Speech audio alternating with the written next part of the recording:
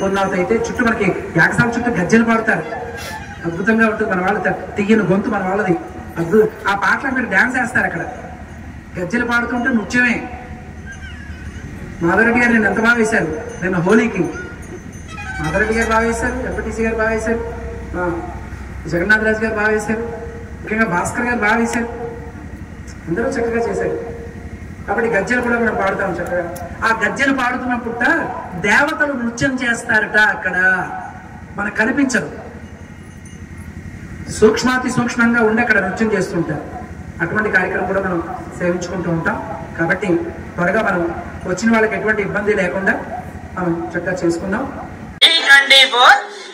News channel అందరూ చూడండి, like చేయండి, షేర్ చేయండి, సబ్స్క్రైబ్ చేయడం మర్చిపోకండి.